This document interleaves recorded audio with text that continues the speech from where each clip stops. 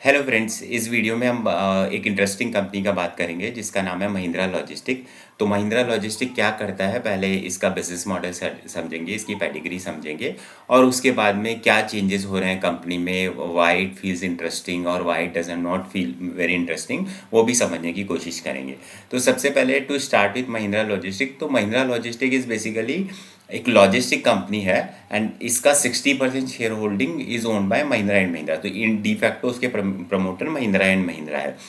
Now coming to the company's performance, तो company continuously loss में चल रही थी from last 9 quarter, it was in loss and this is the first quarter after 9 quarter जब ये profitable हुई है। So that's where it becomes bit interesting to understand कि चेंज क्या हो रहा है। तो सबसे पहले टू स्टार्ट विथ चेंज में कंपनी की कंप्लीट लीडरशिप टीम, जो एग्जीक्यूटर होते हैं, जो आपके मेन बिजनेस चलाने वाले लोग होते हैं, सीईओ हुआ, सीएफओ हुआ, वो पूरी चेंज हुई है लास्ट 2.5-3 क्वार्टर में। एंड उसके बाद में they started doing the action. In fact CEO ने ये बोला कि अभी उनका मेजर फोकस है वो द एग्जीक्यूशन पे है, प्रॉफिटेबिलिटी पे है और आउटकम ड्रिवन डिसीजन पे। सो जहाँ वहाँ पे इनका मेजर फोकस आ रहा है। नाउ कंपनी करती क्या है? सो कंपनी के मेजरली 5 बिजनेस वर्टिकल है। So just to start with, सबसे मेजर उनका एक वर्टिकल है कॉन्ट्रैक्ट लॉजिस्टिक। सो बेसिकली ये लॉजिस्टिक का काम करते हैं जहाँ पे ये बल्क में, मतलब आपके वेयर हाउसिंग का काम करेंगे, प्लस आपके जो जितने भी आइटम होंगे उनको शिप करके पहुंचाएंगे। तो इसमें मेजर इनका जो कस्टमर है वो महिंद्रा एंड महिंद्रा है एंड बाकी ऑटो कंपनीज है। तो बेसिकली उनकी जितनी भी व्हीकल होंगे, उनके जो ट्रैक्टर्स होंगे, इन सबको ये शिप करते हैं। तो ये इनका सबसे बड़ा वर्टिकल है। और अगर इसमें अगर हम बोलें कि महिंद्रा एंड महिंद्रा का शेयर कितना है, तो इसमें अगर टोटल कंपनी की रेवेन्यू की भी बात करें तो कंपनी गिव द नंबर की अराउंड 62% जो बिजनेस आता है वो बिजनेस इनका ऑटो वर्टिकल से आता है एंड 38% फ्रॉम अदर वर्टिकल से आता है। तो ये मेजर इनका वर्टिकल है। सेकेंड इनका जो मेजर वर्टिकल है वो B2B एक्सप्रेस है, जो कि बेसिकली अगर आपने नाम सुना होगा तो एक कंपनी हुआ करती थी रिव्यूगो। सो ये B2B सेगमेंट में मटेरियल को शिप करता है और जहाँ पे मेजर डिमांड जो आती है वो ईस्ट एंड नॉर्थ पार्ट से आती है। ये बिज़नेस अभी भी लॉस में है और इस बिज़नेस में मेजर इनका जो प्रॉब्लम है वो ये है कि इस बिज़नेस के अंदर अभी भी यील्ड पॉजिटिव नहीं है। सो टन बहुत है, वॉल्यूम बहुत ज़्यादा है, बट यहाँ पे वो अभी भी स्ट्रगल प्राइसिंग पे कर रहे हैं और वो प्राइसिंग पे काम कर रहे हैं। सो ये इनका दूसरा बिजनेस है।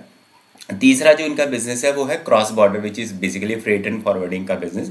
सो आप जब भी माल एक्सपोर्ट करते हो तो you need a freight and forward जो पूरी फॉर्मेलिटी करेगा, बिल ऑफ लेडिंग बनाएगा, और जब आप इंपोर्ट करोगे तब भी वो होता है। तो ये वाला business is also doing good and इसके अंदर in fact there is a decent growth. So in fact अगर मैं ग्रोथ की बात करूँ तो इनके पांचों बिजनेस जो मैं बात करने वाला हूँ, पांचों बिजनेस ग्रो किए हैं except there is a business called last mile delivery, जो कि मेरा लास्ट पॉइंट था। कि लास्ट माइल डिलीवरी क्या होता है कि जब आप माल मंगाते हो, जब कोई भी आप ऑर्डर करते हो, बीटी अमेजॉन और फ्लिपकार्ट ऑफ द वर्ल्ड, सो जो लास्ट मोमेंट पे, लास्ट आपके घर तक जो माल लेकर आता है, जो डिलीवरी लेकर आता है, वो बंदा कहलाता है लास्ट माइल डिलीवरी। तो वहाँ पे कंसीडरिंग कंपनी का कहना है कि कोई बिजनेस एंट्री बैरियर नहीं है, बिकॉज कल के दिन में आप और मैं कहना चाहें कि हमें ये काम करना है with our team and everything, anybody can do. So वहाँ पे जो उसकी प्राइसिंग है काफ़ी कॉम्पिटिटिव है एंड दैट्स वेयर कंपनी उस बिजनेस को धीरे धीरे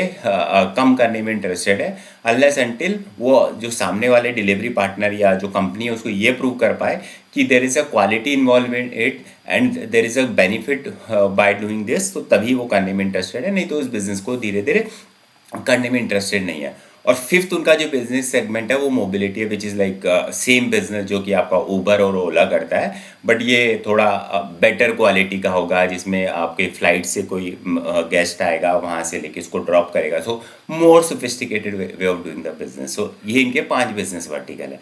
अब 5 बिजनेस वर्टिकल में से अगर हम बात करें तो except the last mile delivery जो हमने बात की, सारे बिजनेस मोर देन 20% ग्रो किया है। इनफैक्ट जस्ट जो आपका कॉन्ट्रैक्ट लॉजिस्टिक वाला बिजनेस है वो 20% ग्रो किया है, बाकी ये तीनों बिजनेस मोर देन 30% ग्रो किया है। प्रॉफिटेबिलिटी की बात करूं तो सारे बिजनेस प्रॉफिटेबल है एक्सेप्ट दैट रिव्यू वाला जो B2B एक्सप्रेस वाला बिजनेस है, उसको भी management is trying to get into the profit and everything. तो ये मोटा मोटी बिजनेस का स्टेटस है। Now what has change in the business, so as I said management team change हुई है, तो उसके बाद में they started engaging with new customers and everything, so उससे उनके वॉल्यूम इंक्रीज हो रहे हैं, वो अनप्रॉफिटेबिलिटी जो कॉन्ट्रैक्ट है उनको बंद कर रहे हैं, एग्जीक्यूशन पे ज़्यादा रिगर आ रहा है और प्राइसिंग पे ज़्यादा आ रहा है। तो ओवरऑल उनका जो, अगर मैं ईयर ऑन ईयर रेवेन्यू का ग्रोथ देखो तो revenue has grown by somewhere 19% और एबिटा का ग्रोथ आया वो 39% आया, because pricing change and everything हुआ। तो that's where it looks a great story. Now point here is कि ये इस बार तो आ गया है, इस बार वॉल्यूम ग्रोथ का एक और रीज़न था, जैसे हमने बाकी वीडियोस में भी डिस्कस किया है कि जीएसटी की वजह से, फेस्टिविटी की वजह से। तो एनालिस्ट ने ये भी पूछा कि ये वन ऑफ है या फिर you are going to continue. तो मैनेजमेंट से कि जिस हिसाब का उनका रिगर आ गया है, जिस हिसाब से दे आर वर्किंग, ये this is going to continue, but only one quarter's performance we can't जज, इवन बिजनेस चलाने वाले कुछ नहीं कह सकते। तो we need to track the business and understand next quarter में क्या होता है। But in terms of future growth leaders and everything, while management is doing its bit, but दो तीन लेवर हैं जो इंटरेस्टिंग है। वन इज उन्होंने अपने ओवरऑल लॉजिस्टिक्स सेक्टर में वाइट स्पेस आइडेंटिफाई किया। वाइट स्पेस क्या होता है? वो स्पेस जहाँ पे वो अभी ऑपरेट नहीं कर रहे हैं, जहाँ पे वो बिजनेस नहीं कर रहे, तो वो उस स्पेस में अपनी सर्विस को बढ़ा रहे हैं। और उसके अंदर उनका कहना है कि कम सितंबर 2026, तो बाकी 9 मंथ या लेट सपोज 8 मंथ्स के अंदर उनका जो पूरा जो सर्विसेज जो अभी नहीं दे रहे हैं, जो वाइट स्पेस है, वहाँ पे they will start performing. So वो एक लेवर आएगा जहाँ पे इनकी की services will increase, volume will increase. Second piece जो है वो उन्होंने एक जेवी की, एक जापानीज लॉजिस्टिक कंपनी का नाम है सैनियो। सो वो सैनियो से जेवी करने से उनको क्या फ़ायदा होने वाला है कि जितनी भी जापानीज कंपनीज हैं उनके लॉजिस्टिक के कॉन्ट्रैक्ट ये ले पाएंगे। Now this they announce quite some time back, but उसमें मैनेजमेंट का ये कहना है कि जापानीज कंपनी अपना ओन टाइम लेती है in terms of deciding and giving the contract and everything. So इस वजह से it is taking some time, but एक बार ये हो जाता है तो obviously they will get the good contract in that JB, और उस जेबी का जो भी शेयर होगा वो उनकी प्रॉफिटेबिलिटी में आएगा। तो net these two, white space mapping, second is this new JV Sanyo, and third would be obviously अगर इनका एग्जीक्यूशन इसी स्पीड से चलता रहता है एंड ये अनप्रॉफिटेबिलिटी प्रोडक्ट को हटाते रहते हैं, तो there will be good growth in the company. Now coming to the valuation of the company, अगर मैं इस क्वार्टर में जो फर्स्ट टाइम ये पॉजिटिव हुए हैं, इनका EPS इज 0.33, मतलब 33 पैसा। उसको अगर लेट सपोज अज्यूम कर लेता हूँ irrespective of the festival season, good quarter, everything, 4 time, तो मोटा माटी they will earn somewhere around 1.3 to 1.3 rupees. और अभी जो स्टॉक का वैल्यूशन है वो कुछ 360 के आसपास है।